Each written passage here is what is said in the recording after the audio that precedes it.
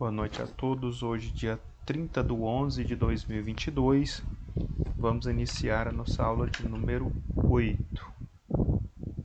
Hoje a gente vai falar um pouco ainda sobre aquela planilha de fluxo de caixa, mas antes da gente entrar lá na planilha, eu passei para vocês uma apostila no segundo ou terceiro dia de aula, não me recordo agora, para vocês lerem, para a gente poder depois discutir sobre o tema. Basicamente, nós já falamos, tudo sobre aquele conteúdo nas aulas anteriores aí, onde a gente fez aí as aulas práticas de lançamento do fluxo de caixa. Praticamente a gente falou sobre todo o tema, os temas abordados, exatamente essa apostila, estou abrindo ela aqui, exatamente essa apostila sobre fluxo de caixa. Então nós falamos nos dias aí anteriores que a gente fez os lançamentos no fluxo de caixa, a gente já foi fazendo os lançamentos, fazendo as análises e trazendo ali algumas respostas concernente a essa apostila. Mas, no entanto, eu vou estar passando para vocês aqui, a gente vai estar fazendo algumas verificações dentro desse conteúdo e a gente vai estar comparando também com o nosso fluxo de caixa, que ele já está aberto aqui. Vamos lá. Então, a primeira coisa aqui é o que é um fluxo de caixa. É uma ferramenta que possibilita acompanhamento das movimentações financeiras da empresa. Então, nós já sabemos que é uma ferramenta de suma importância dentro da empresa. É uma ferramenta onde a gente consegue acompanhar toda essa movimentação financeira da empresa. A saúde financeira da empresa, saber se a empresa está saudável ou se a empresa está, digamos que doente, no quesito financeiro, doente financeiramente. Quando a gente fala que uma empresa está saudável financeiramente, significa que ela está cumprindo com seus direitos e deveres, suas obrigações com os seus colaboradores. Vamos aqui, só um minuto, pessoal.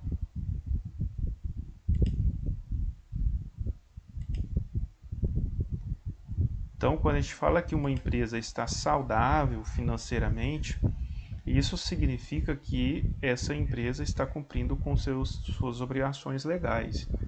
Ou seja, ela está cumprindo ali com a parte fiscal, com os colaboradores, com a parte de vendas, de compras, fornecedores e etc. Então, se ela está indo bem em todos os quesitos, ela está saudável.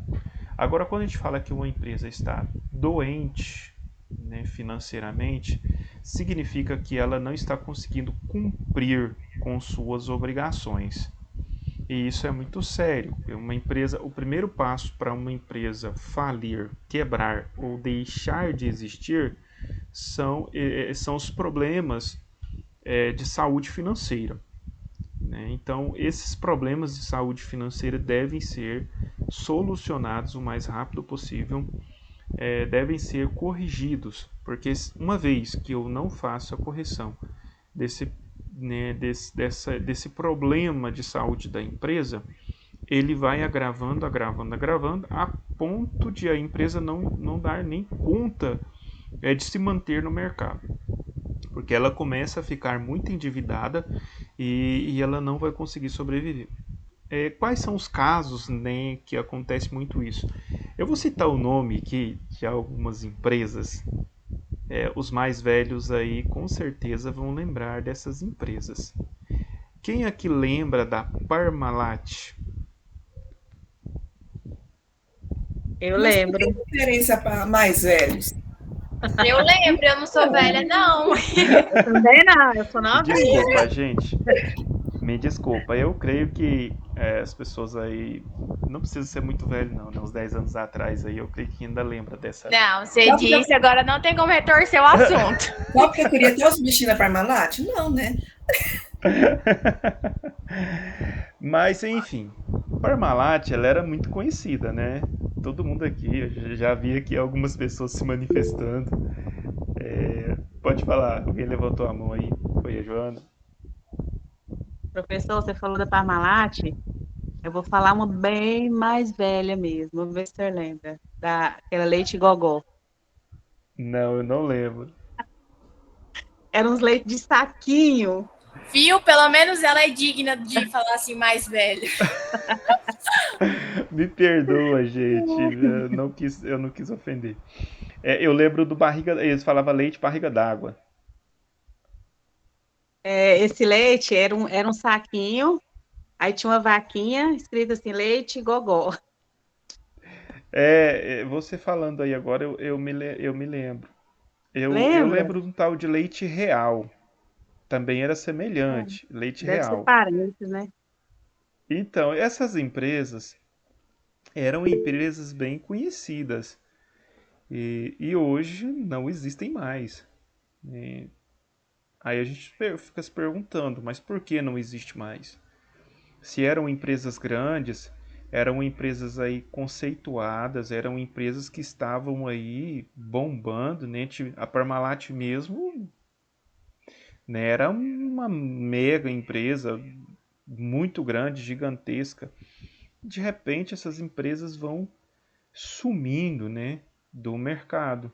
E aí a gente fica se perguntando, mas será o que foi feito dessas empresas?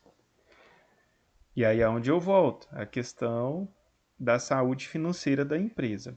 Né? Existem empresas que sobrevivem porque ganham muito dinheiro, mas existe uma roubalheira tão grande. Né? Quem aqui conheceu uma cooperativa chamada Agrovale? Ela fica aqui situada mais pro lado Já aqui. escutei falar, mas conhecer não. Já vi Agrovale, nós falar temos também. Nós temos uma unidade muito grande aqui em Quirinópolis. É uma das que sobreviveram às roubalheiras. A Agroval era uma cooperativa, né, dos produtores rurais, uniram ali, criaram essa cooperativa. Então ela era muito grande, tinha um supermercado muito grande, bem conceituado. E ainda tem, né, em Quirinópolis, nós ainda temos a unidade da Agroval em Quirinópolis. É um exemplo, né, para cidades. Nós tínhamos em Quirinópolis, Caçu, Cachoeira Alta, Paranaguara. Então hoje restou em Quirinópolis uma unidade maior e temos uma agropecuária em Caçu e uma extensão em Cachoeira Alta, mas de agropecuária. O comércio mesmo deixou de existir. E a gente pôde observar assim a roubalheira que havia naquele lugar, por conta de ser uma cooperativa, né? E ali eu acompanhei algumas coisas assim meio por alto, a gente não pode nem falar muito, mas havia naquela cooperativa uma roubalheira muito grande. Então a saúde da empresa foi ficando prejudicada por conta, né, das saídas ou do desgaste que as pessoas estavam causando para aquela cooperativa. E no final, uma empresa aí uma empresa não, uma cooperativa que tinha mais ou menos aí um custo, uma cooperativa que valia, né, custo aquisitivo, o valor dessa cooperativa. Há uns 10 anos atrás aí ela estava avaliada em torno aí de uns 50 milhões. E ela foi entrando assim num processo de defasagem, e hoje ela, se brincar, ela não vale uns 2 milhões, hein? Então assim, foi perdendo valor ao longo dos anos, por falta, né, de administração, por falta de pessoas que têm interesse em fazer aquele negócio fluir, funcionar. Então, toda empresa, todo negócio que não tem uma saúde financeira boa, ela vai deixar de existir.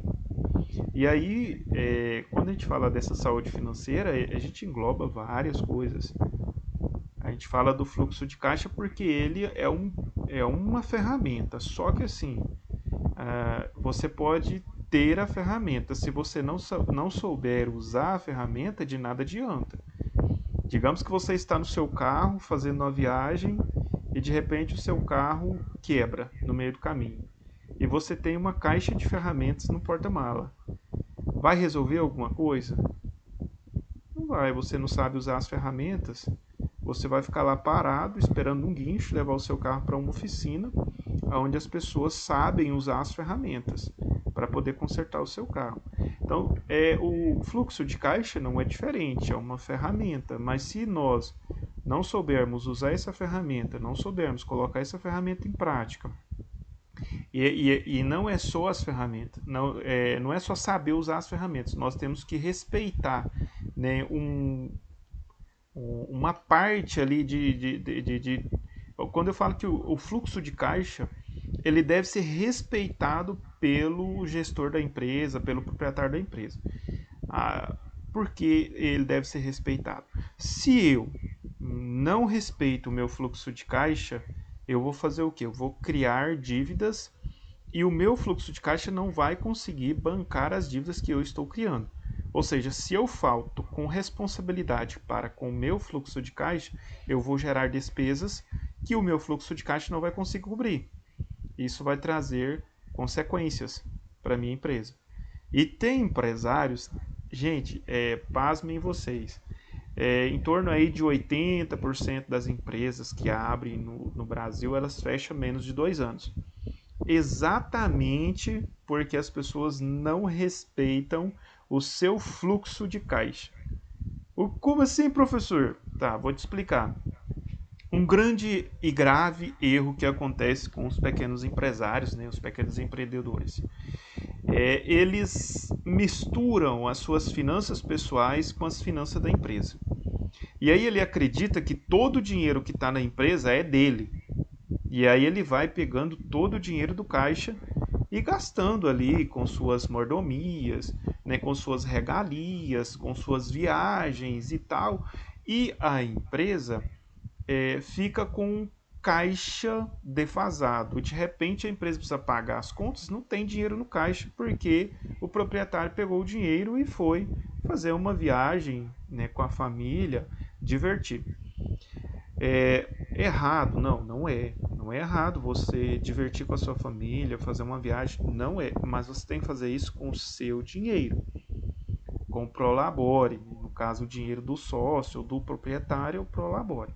Então ele tem que fazer isso com o Prolabore, que é o dinheiro que é destinado para ele. O dinheiro da empresa, ele precisa respeitar o fluxo de caixa da empresa, senão a empresa vai quebrar. E o que mais acontece é isso, as pessoas não respeitam. A empresa é minha, o dinheiro é meu, faço o que eu quiser.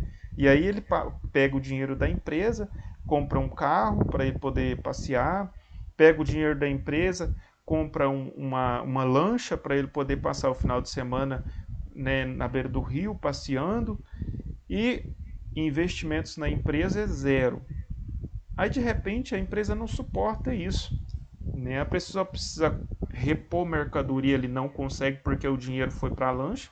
Ele precisa repor mercadoria, ele não consegue porque o dinheiro que era dele repor a mercadoria ele investiu no carro. E aí ele não consegue manter o negócio dele. Aí ele começa a ostentar antes da hora, né? A pessoa empolga e aí começa a ostentar antes da hora e a empresa não consegue manter as regalias que a pessoa, né, impõe. Vocês conhecem algum empresário aí próximo de vocês que fechou o negócio porque não conseguiu manter por conta de algo assim, mais ou menos nessa linha de pensamento que eu estou falando para vocês? Vixe, Maria, tem um monte, professor. Não é só um, não, é Com muito. certeza, não é pouco, não. Né, Ainda não. mais os da família. As da família a gente conhece, né? Tá mais próximo, assim. Não, aí você literalmente você sabe para onde foi o dinheiro e a pessoa fala que ela não viu o que aconteceu. Ninguém vê os fins de semana, ninguém vê as viagens tirando dinheiro de dentro. Tava conversando com a minha mãe essa semana, um padrinho meu mesmo.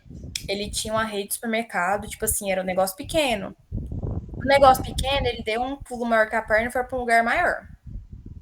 Tipo assim, ele não soube movimentar. Acabou que ele perdeu o grande, o pequeno, ficou cheio de conta por um passo errado. Tipo, aí depois disso a gente tava comentando, a minha madrinha foi falar assim que ela nunca soube na vida dela que era fazer uma compra. Tudo que faltava, ia no supermercado e pegava todos os dias. Tipo assim, não tinha o controle do consumo deles. Ali já foi tudo por água abaixo.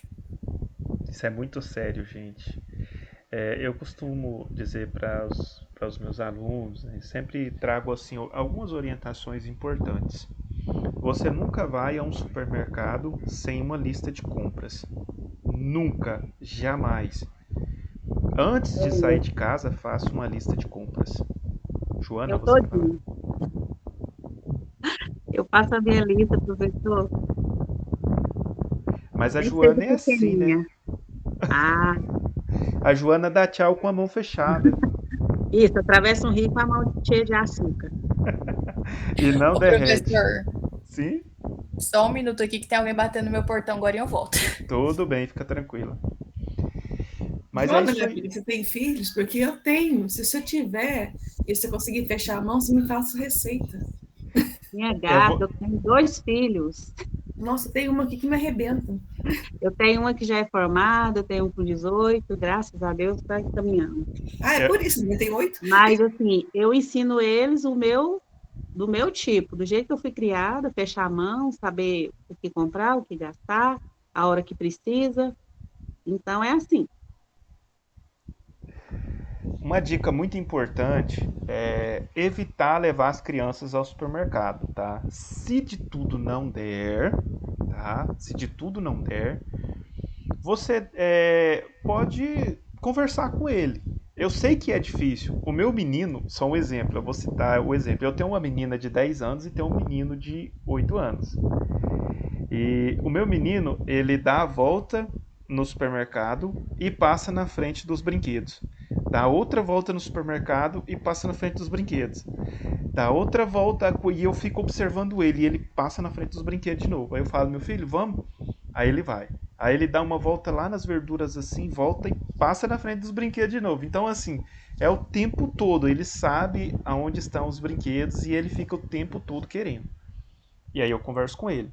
Antes de sair de casa, fala: olha, hoje nós vamos comprar arroz, feijão. Aí eu mostro a lista de compra para ele. Falo: ó, você tá vendo essa lista de compra aqui? Arroz, feijão, batata, macarrão, extrato de tomate e tal. E vou mostrando a lista para ele.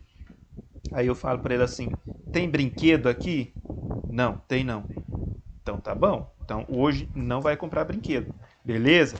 Beleza. Entramos no acordo, vamos para o supermercado.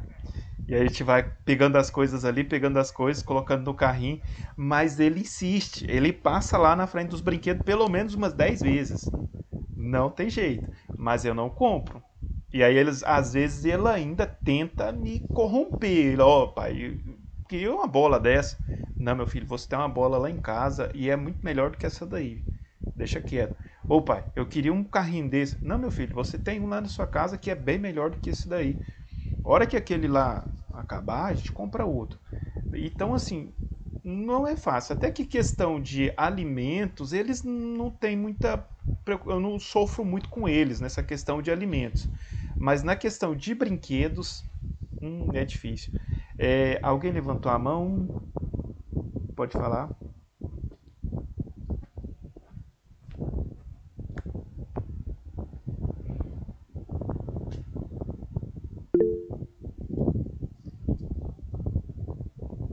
Pode falar, Joana, fica à vontade. Ai, foi sem querer, professor. Ah, Desculpa. tá, beleza. Marília tinha levantado a mão?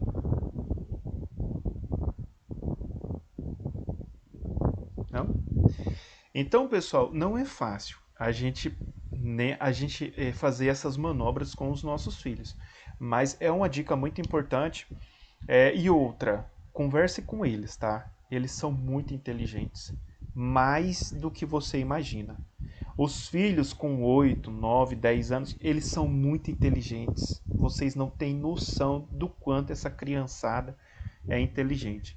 Então, se você sentar com ele, mostrar a lista de compra para ele, fala assim: olha, hoje o nosso dinheiro só dá para comprar isso aqui. É bom você explicar, porque você não vai criar trauma na cabeça dele, muito pelo contrário, você vai estimular ele e ensinar ele quais são as coisas mais importantes que você precisa. Então é sempre bom a gente sentar, conversar, explicar, ensinar, porque no dia de amanhã talvez eu não estarei mais aqui. né? E eles vão ter que tocar a vida deles. E é bom que eles aprendam isso enquanto crianças. Né? Tem gente que fala, mas é só criança, ele não vai saber disso não, ele nem vai dar moral. Gente, ensina. Eles vão aprender. Os meus filhos, eu falo para vocês, a minha filha, ela ajuda muito aqui em casa. A minha esposa, ela sempre ensina tudo para os meus. Nós ensinamos tudo. A minha filha, ela lava aqui o banheiro aqui de casa. Então é minha filha que lava. Ela tem 10 anos e ela que lava o banheiro. Então ela já sabe que toda semana o banheiro tem que ser lavado e ela vai lavar 2 vezes por semana. Então essa obrigação é dela. Então, além das atividades que ela tem no dia a dia, que é a aula de teclado, de inglês, as atividades que vêm da escola, livros a mais que a gente sempre tem para ela ler, ela tem essa função de lavar o banheiro 2 vezes por semana. E não é de graça. Ela tem um salário, eu pago ela todos os meses. Eu falo, você não trabalha de graça, você vai trabalhar e eu vou te pagar. Então, não é muita coisa. Eu não dou muito dinheiro, mas todo mês eu dou um valor risório para ela. Isso aqui é o pagamento pelo serviço que você está fazendo.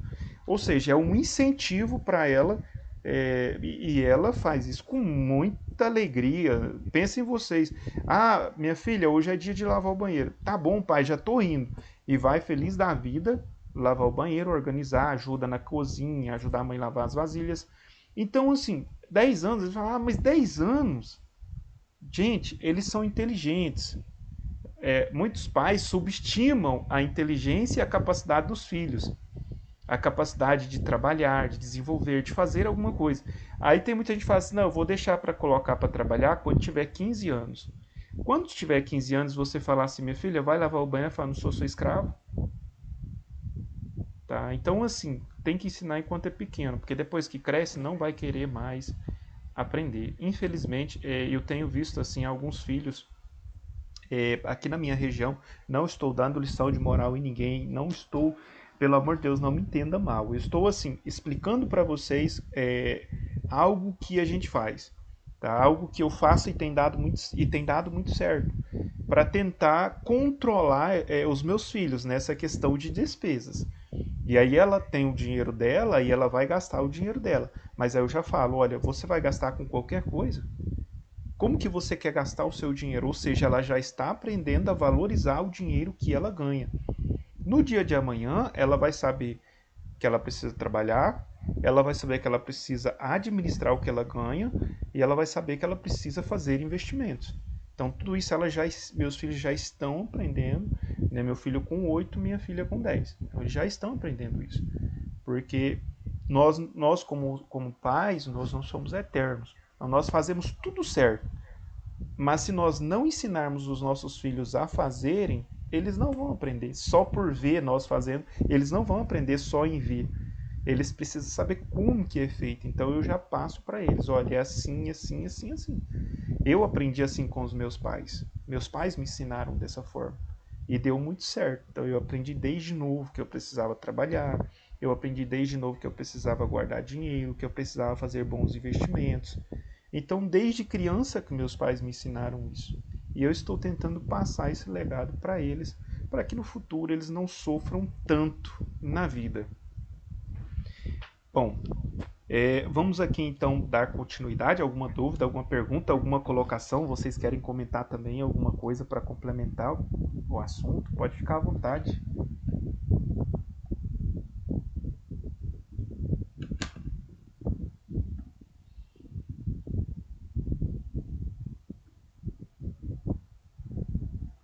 Aqui nós temos um passo a passo para montar um fluxo de caixa.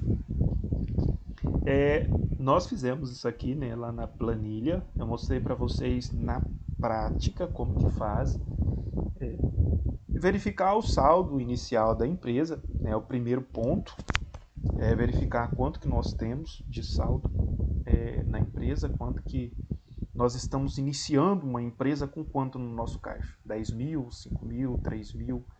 Então, o primeiro passo inicial é verificar o saldo inicial aqui. O segundo, identificar as suas receitas e despesas. Ou seja, agora nós temos que identificar com que, quanto nós vamos ganhar, quanto nós vamos gastar com o que? Água, energia, aluguel, etc.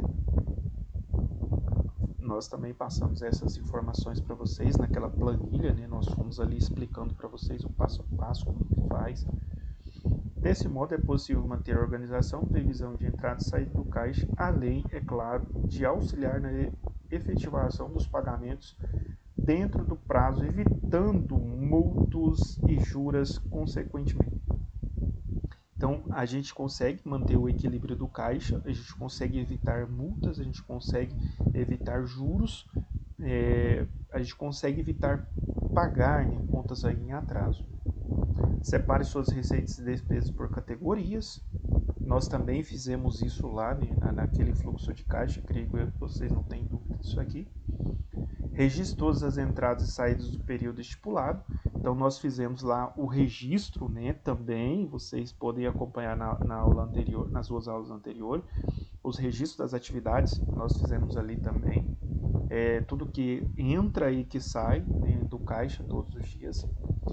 Debaixem todas as saídas do caixa do mesmo período, ou seja, as entradas e as saídas. Atualize os lançamentos sempre que necessário. No caso, nós temos que atualizar esses dados sempre que houver uma saída ou uma entrada. Então, a gente faz a atualização dos dados. Utilize o sistema para facilitar a manutenção. Isso aqui é de praxe, né? Todas as empresas aí de médio e grande porte já tem um sistema. Aí tem algumas empresas ainda aí que está em fase inicial, muitos empreendedores começando nessa área, não tem um sistema, então nós temos aí uma planilha do Excel para estar auxiliando nessa demanda. Bom, a respeito dessa apostila, basicamente nós vimos tudo aí dentro do fluxo de caixa que foi ministrado aí nas duas últimas aulas anteriores. E agora nós vamos falar um pouco sobre os lançamentos aqui no fluxo de caixa de pessoas físicas. Ou seja, você pode controlar também, né, o seu fluxo de caixa mensal. Você pode fazer um controle das suas despesas. Aqui nós temos, né, como nós dificilmente a gente vai conseguir fazer esse lançamento todo momento. De repente você está na rua, você não consegue às vezes fazer o lançamento a todo momento que você faz uma compra. Eu oriento você a fazer o lançamento mensal. O que você faz? Toda compra que você fizer, você vai pegar um cupom fiscal e vai guardar. Quando você chegar no final do mês, você vai somar tudo que você gastou e você vai fazer uma análise das coisas que você gastou durante aquele mês. Se você quiser lançar isso numa planilha para facilitar a tua vida, pode lançar, não tem problema. Tantos reais com água, energia, até aqui nós temos, né? Nessa planilha tem água, energia, telefone, contador, alimentação. No caso de alimentação aqui, a gente pode colocar o valor total das alimentações. Eu gastei esse mês R$1.000 de alimentação. Então eu venho aqui e coloco os R$1.000 aqui. R$1.000 de alimentação. Eu gastei de aluguel, quem paga aluguel, né, R$400. Vou jogar um aluguel aqui, barato. Para cidades maiores é barato, para cidades menores, consequentemente, vai ser um aluguel mais ou menos, né? Isso, exatamente. A Thaís está dizendo que pode consultar pelo app, caso tenha sido feito compra no cartão. Exatamente. Nós temos cartão de débito e crédito. Ambos dão para você fazer aí a verificação do que foi gasto ali no cartão. Então, tem pessoas que têm o hábito, eu particularmente, compras, eu tenho o hábito de comprar no cartão de débito. Eu não trabalho com cartão de crédito. Eu trabalho com cartão de débito. Então, as compras de supermercado, eu sempre faço no cartão de débito. E aí você me pergunta, mas por que, professor? Sempre que você vai ao supermercado, tem aquele negócio de dizer assim, é R$10,99, é R$10,98, é R$5,94, é R$3,92, é R$5,93. E aí quando você passa suas mercadorias no caixa, sempre tem o tal do troco. E aí fica para trás 5 centavos, 3 centavos, 7 centavos, 10 centavos, vai ficando para trás. Então, para evitar essas questões, eu já passo o cartão de débito. Eu pago o valor real da minha compra e acabou a história. Para não ficar tendo aquela questão, vai levar R$ 1 de balinha? Vai levar R$ 1 de bombom? O brasileiro ele tem a mania de guardar as moedas em casa. Ele vai guardando ali em casa. Eu vou fazer um investimento, eu vou começar a guardar moeda. E aí ele acha assim, não, eu estou guardando as moedinhas aqui no cofrinho, eu estou fazendo um investimento, eu estou guardando dinheiro, é uma poupança e tal. Bom, e aí as moedas fugiram, né, dos supermercados, elas não estão lá, porque elas estão guardadas, né, de repente até na casa de vocês existem algumas moedas guardadas. É interessante? Por um lado sim, mas por outro, né, isso é muito ruim porque o comércio fica sem moedas. Se você quiser guardar esse dinheiro, você pode trocar essas moedas aí, né, constantemente e pegar o dinheiro, colocar numa conta ou guardar, fazer algum tipo de investimento com esse dinheiro, para que não venha faltar essas moedas aí no mercado. Bom, nós temos aluguel, energia, vou pôr energia mais ou menos aqui R$ 200, eu pago aqui 180, 190, 200, então vou colocar mais ou menos esse valor. Internet, existe vários valores, né? Isso varia muito de cidade para cidade. Aqui na minha cidade é R$ 70 por mês que a gente paga de internet. É a internet muito boa. Contador, se você tiver contador, você coloca, se não tiver, não precisa. Conta de água em torno de uns R$ 80, R$ 90, né?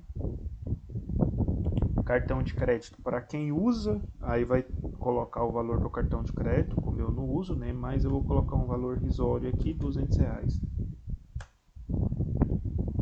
Carro, moto. Se você tiver carro ou moto parcelado, você coloca o valor aqui de carro, moto. Casa, né? Se a sua casa for financiada, você pode estar colocando o valor da casa. Combustível, você vai fazer a soma dos combustíveis aí, das notas fiscais de combustível, e vai colocar aqui, vou pôr aqui R$ 250. Gás de cozinha, R$ 105. Gás de cozinha na minha cidade, a gente gasta mais ou menos um botijão por mês. Enfim, bom, aqui no mês de abril, com essas despesas que nós colocamos aqui, deu 2.305. Ou seja, a pessoa, para conseguir manter essas despesas aqui, ele teria que ter um salário aqui no mínimo de 2.600, né? 2.600 aqui, senão ele não consegue manter essas despesas, ele vai passar apertado.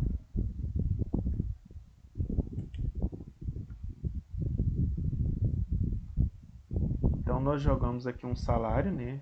Tá aqui o salário do mês, 2.600. E aí somando aqui,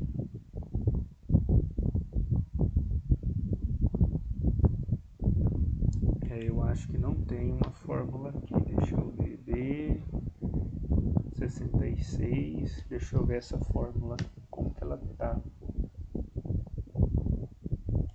Vou mudar essa fórmula aqui.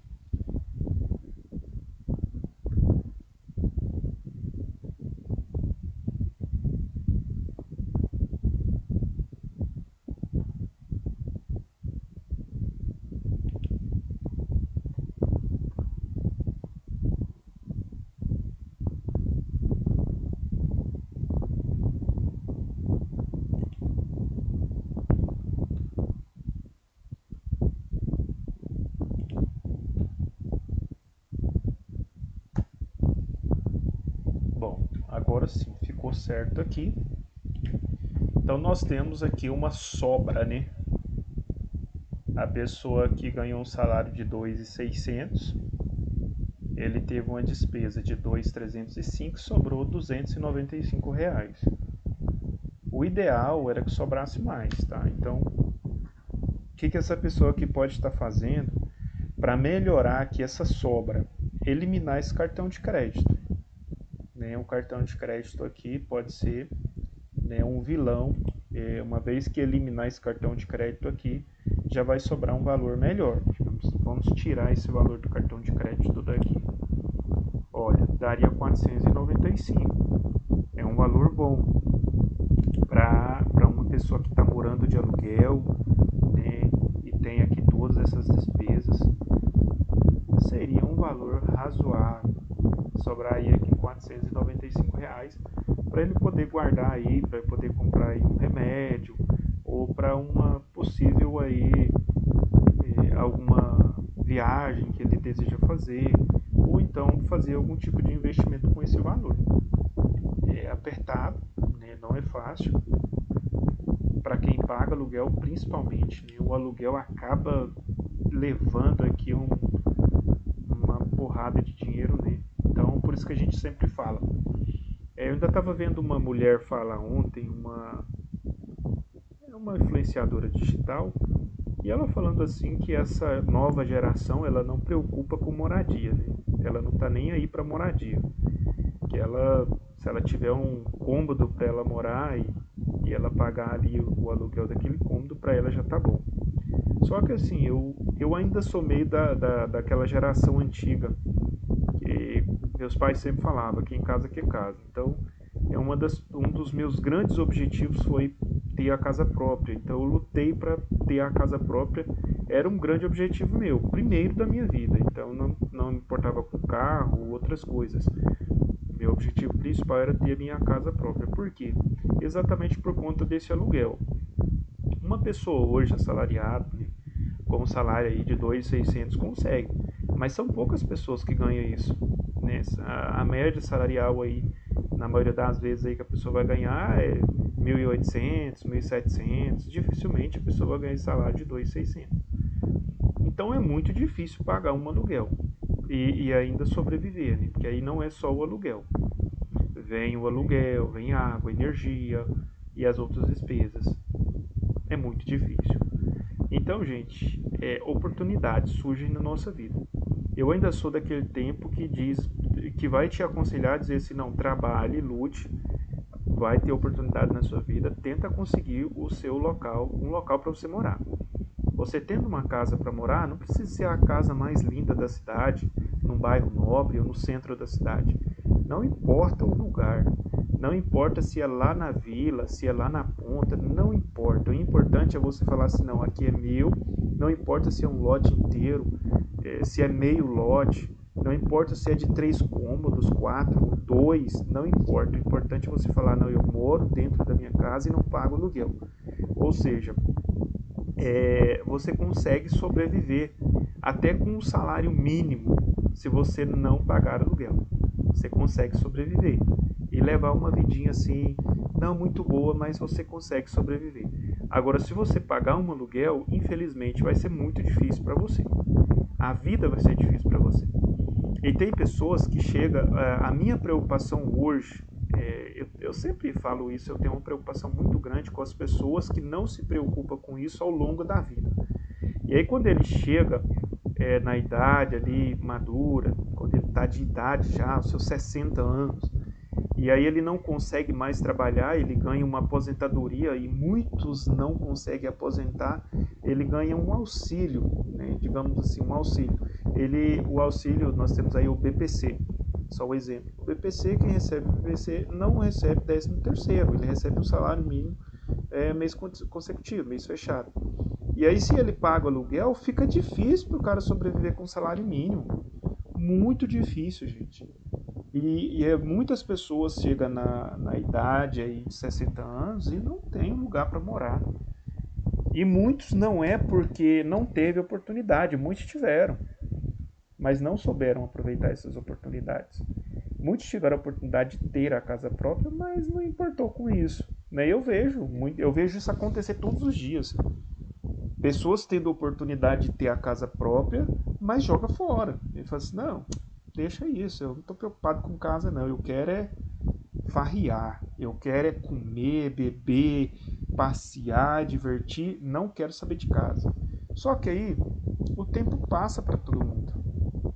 E aí quando chega na velhice, né, a gente fala, puxa, mas coitado, né? coitado, se o cara não tivesse tido nenhuma oportunidade na vida, eu diria que sim, não, coitado mesmo, né? O cara não teve oportunidade, ele sempre ganhou muito pouco, tinha uma família grande, a gente compreende, é compreensível. Mas aquele cara que gostava de farra, de beber, de viajar, de gastar dinheiro à toa, de queimar tudo que ganhava, esse aí eu não tenho muita pena não. Eu acho que é um plantio, tudo na vida é um plantio. A gente planta hoje e colhe amanhã. Se a gente começar a plantar algumas coisinhas boas hoje, amanhã a gente tem chance de colher algumas coisas boas. Agora, se a gente começar a plantar aí coisas ruins aí, no futuro pode ser que a gente comece a colher algumas coisas ruins também. É sempre assim, isso é bom para reflexão, tá? Isso é bom para reflexão. É bom a gente refletir de vez em quando. É bom a gente pensar no futuro de vez em quando. Como serei eu aos 60 anos de idade? Quanto eu vou ganhar de salário aos 60 anos de idade? Eu vou conseguir trabalhar? Eu vou conseguir desenvolver as funções da mesma forma que eu faço hoje? Como será a minha vida lá no futuro? Bom a gente parar para analisar, né? O futuro, algumas pessoas, não, o futuro a Deus pertence. Tem gente que não preocupa, né? Mas o futuro chega.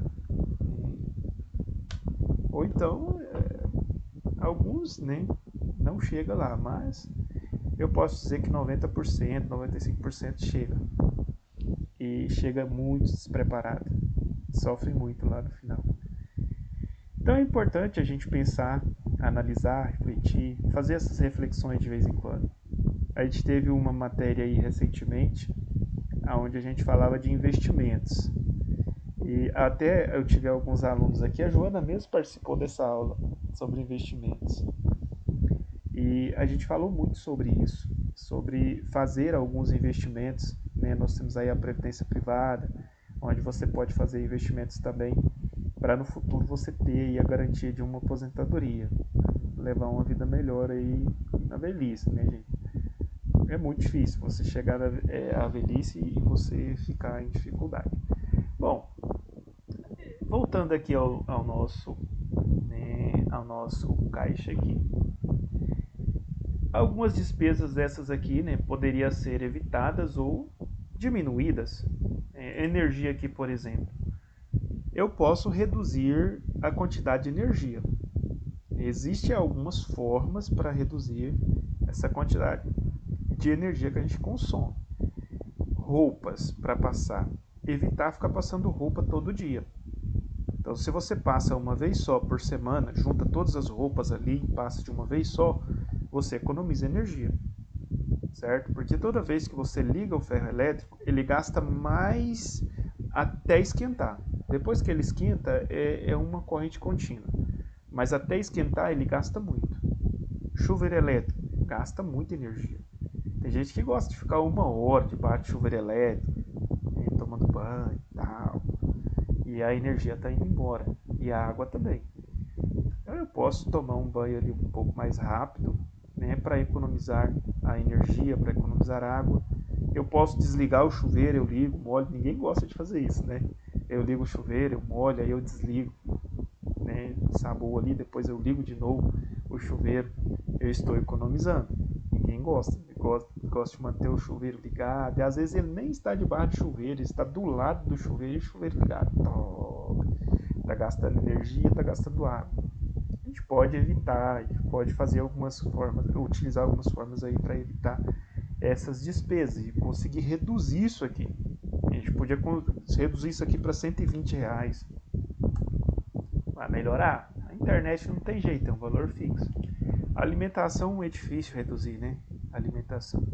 Eu joguei um valor aqui de R$ 1.000, mas se for uma pessoa, só uma pessoa, não vai gastar isso, né? A pessoa vai gastar em torno de R$ 300 por mês. Isso é, se ele não for aquela pessoa assim muito consumista, né? Ele vai gastar aqui uns R$ 300. Então já vai dando uma melhorada, né? Então, se a gente jogar uns valores a menos aqui para uma pessoa só, salário aí de 1.200, o salário mínimo, né? Aqui ainda teria que diminuir um pouco aqui de despesa, né? Essa despesa de combustível aqui pode ser reduzida também, dependendo aí da qualidade de vida da pessoa, ele pode reduzir aqui para uns R$ 30, para aquela pessoa que não anda muito, né? Anda muito pouco. Fala, Preciane. Dá para reduzir bastante, dar uma caminhada aí, o combustível tá caro. Vamos reduzir, né?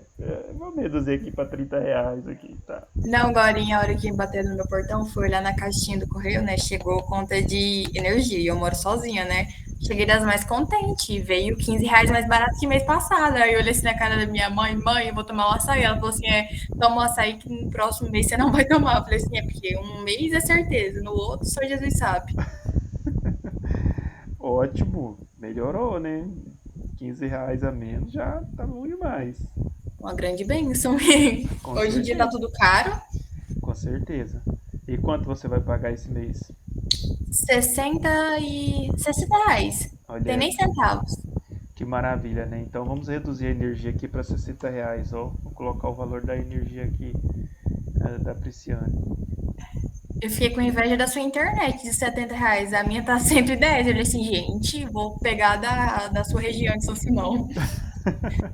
Então, a minha internet aqui eu pago R$ 70, é uma internet maravilhosa. Vocês veem que a gente faz aqui as videochamadas aqui, meus filhos estão assistindo televisão ali na sala, não cai, é muito boa. Não, a minha tem dia que eu sozinha em casa, o telefone e o notebook só, ela ainda não roda bem não. Ainda mais sem fazer um tempinho, aparecer duas nuvens aí que acabou a internet. Não, aqui em casa pode estar chovendo, só se acabar a energia, né? Se acabar a energia não tem jeito, mas pode estar chovendo do jeito que for, a internet roda beleza, é muito boa mesmo. Que maravilha. Excepcional a internet aqui. Vou fazer patrocínio dela então. Agora, eu tô de olho na Starlink. Acredito que vai ser mais cara, né? Provavelmente. Vamos ver, né? Eu não sou jogador também, não ocupo muito internet, não. Geralmente é os caras que jogam muito aí que ocupam muito internet. Né? Então, diminuímos aqui algumas despesas, né? Na alimentação, conta de água. A conta de água sua aí é quanto para esse ano? Professor, minha conta de água ela tá em média de 100, 110 porque tá nas duas casas. Porque eu alugo a casa da frente e moro na do fundo. E o Entendi. padrão ainda é o mesmo, mas mesmo assim sai muito barato. Tem mês que sai R$70.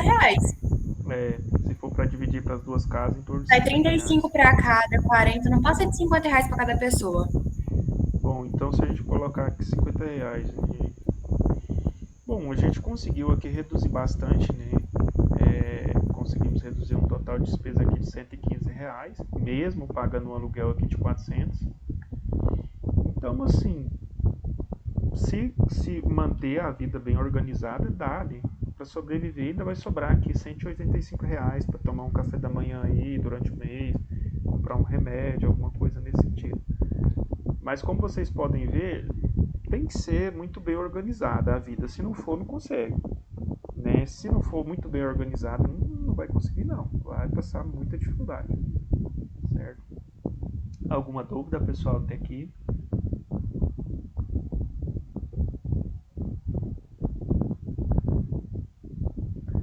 Bom, pessoal, eu acredito que essa matéria, né, de fluxo de caixa, a gente já conseguiu entender muita coisa, né, de fluxo de caixa. O que a gente vai fazer? Hoje a gente vai encerrar isso aqui. Não vou falar mais dessas planilhas. Já encerramos aqui.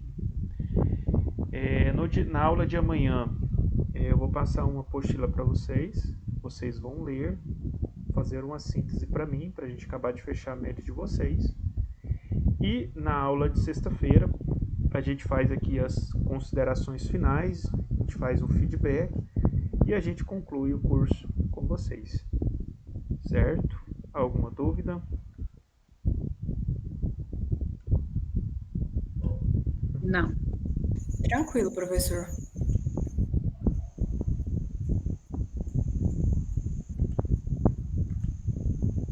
Bom, pessoal, então nós vamos encerrar nossa aula de hoje. Muito obrigado pela participação de vocês.